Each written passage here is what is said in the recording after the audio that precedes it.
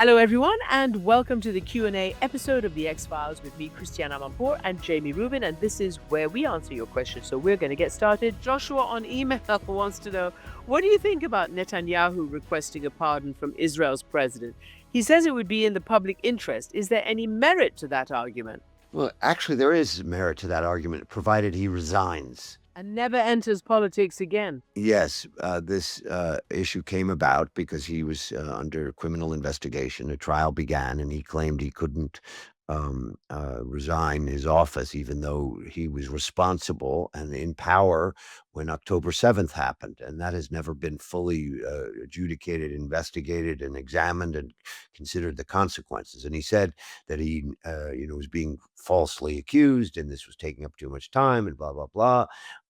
And the idea came, frankly, first was discussed by various people who wanted to see Israel change its policies for the better, so they didn't have this terrible government. Remember, what this is about is he's cobbled together a coalition of the worst elements of Israeli society in a government where the people in charge of the West Bank The are most people who want to extreme, annex anyway. the West Yeah. extreme Yeah. and want to annex the West Bank.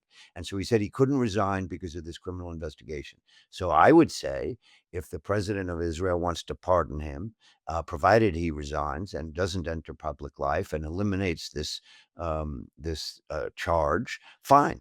Let's move on. Let's have Israel move on from the Netanyahu era. It's going to happen. I firmly believe that all the politicians in Israel are sick and tired of Bibi Netanyahu, whether they agree with him or not. And they're going to get together in this next election, which is going to happen in the next year. But let's get it over with. Let's move on from the Netanyahu era, have a caretaker government, go to elections, and move on. So it is in the national interest to pardon Netanyahu if he resigns. Well, I don't know about that, but certainly you need to also get him out of the picture if you want to have the US-backed two-state solution, the EU-backed, the world-backed two-state solution, the Arab-backed two-state solution, and to move the whole area on from this state of war. And in terms of, as you said, all the Israeli politicians from whatever stripes, I had former Prime Minister Ehud Olmert on my program.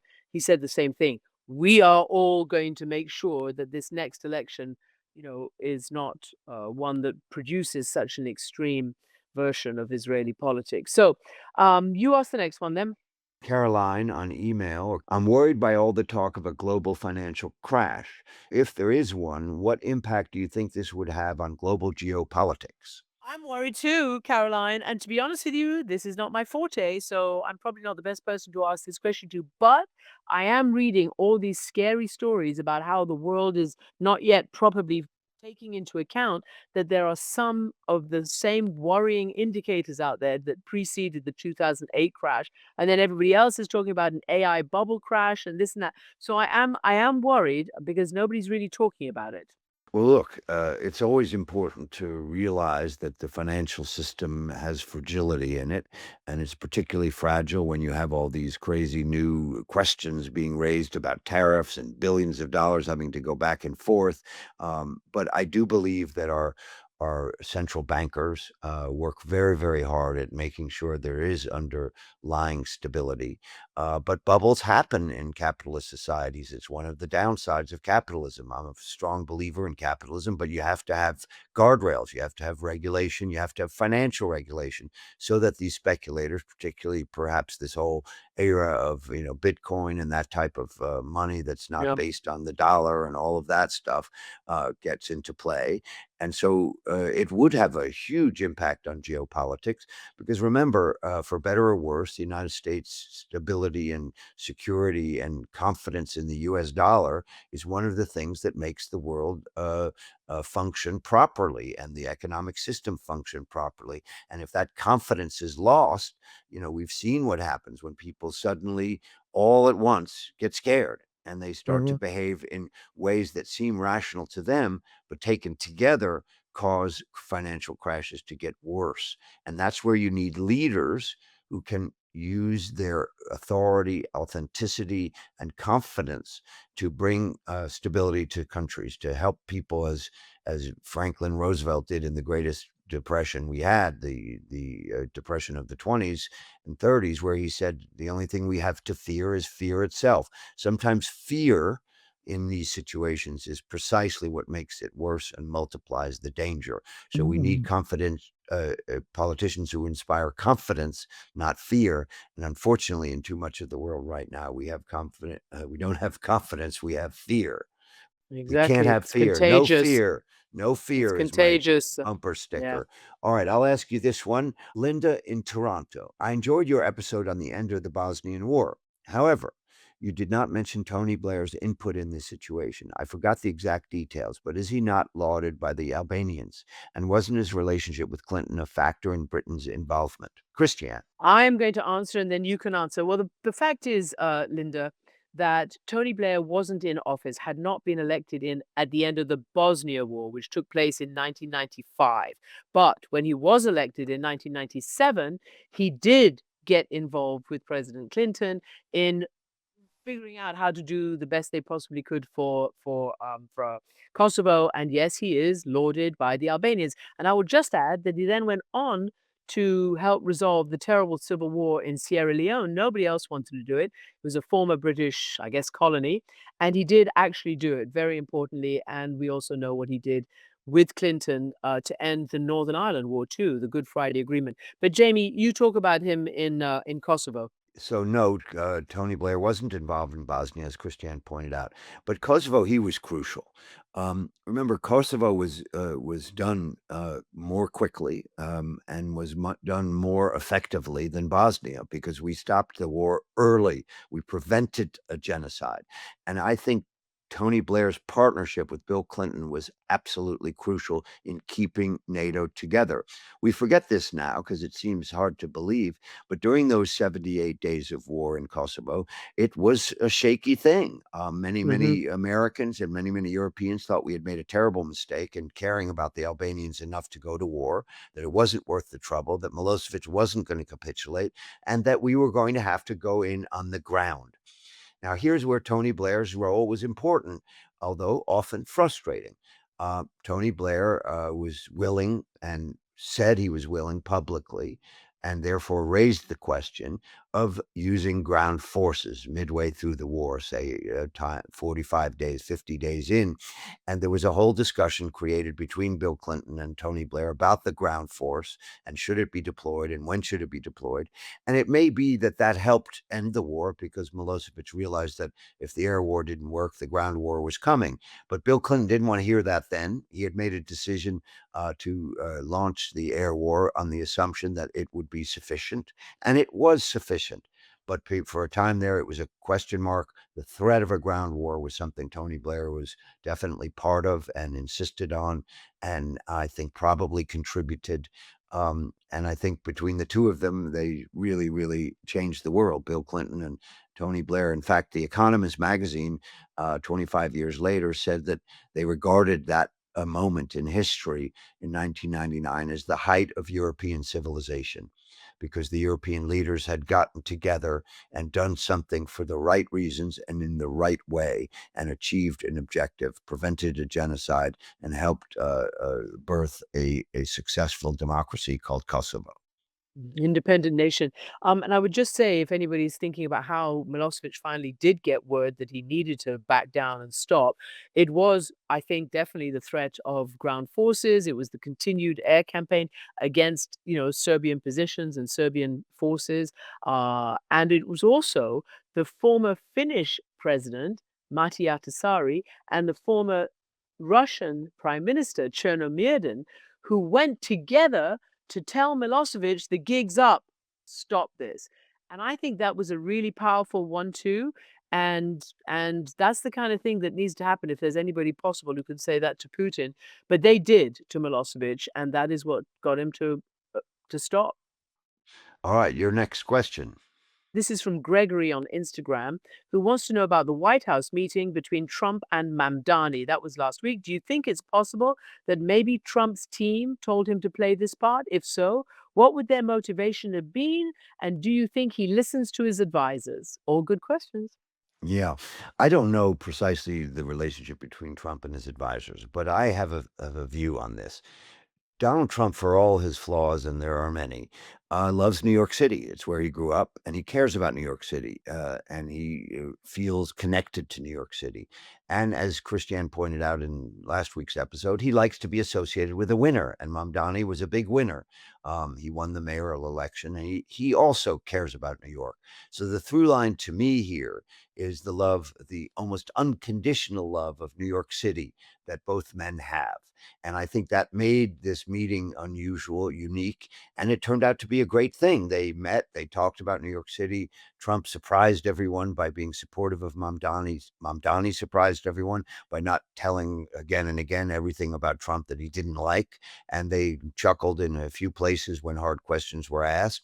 And I think this was a sign that when men in power, these two men, cooperate and have a joint motivation, that they can put politics aside. Whether that will last, I have my doubts. I'm not sure it will, but Donald Trump loves New York, and Mayor Mamdani loves New York, and I love New York. And I'm just going to say this love and love and love and love is a little bit too schmaltzy for me. I'm sure everybody loves New York, but I think there was some cold, hard politics from Mamdani's side anyway. He did not want to be sworn in on January 1st and have the National Guard be sent in by Trump as he was threatening before to greet his first day in office. He does not want President Trump reducing any further any federal funds for New York. And Trump, I guess, I'm not quite sure, but I think that he also probably, as I said before, I think it was a masterclass on confounding the expectations. Everybody expected it to be a blow up. I don't know why, but the conventional wisdom in Washington is often wrong, and it was wrong this time. And I thought that it was a really interesting moment of political theater. And as you say, though, we'll see how it pans out in the future. So Rachel on email asks, by boycotting the recent G20 summit in South Africa, Trump sends a clear message of disregard to Africa, particularly South Africa. Could this snub drive the continent towards Russia and China? Christiane. It was kinda dumb, I think, to boycott the G20 in South Africa was dumb. I think that why not be involved when you could be? What is the value added to being a bit player? I think, President Cyril Ramaphosa said very clearly that it's too bad for them because we're all here trying to do all these important things and we're all pretty united on it. And we're talking about pretty much most of the consequential powers of the world. I will say, though, Trump did throw a spanner in the works because that G20 was disrupted by President Trump's so called 28-point plan for Ukraine, which exploded all over the place that very weekend. All the world leaders, particularly the NATO leaders, had to pretty much break off from their G20 stuff and huddle to figure out how to respond to Trump and Witkoff and Putin.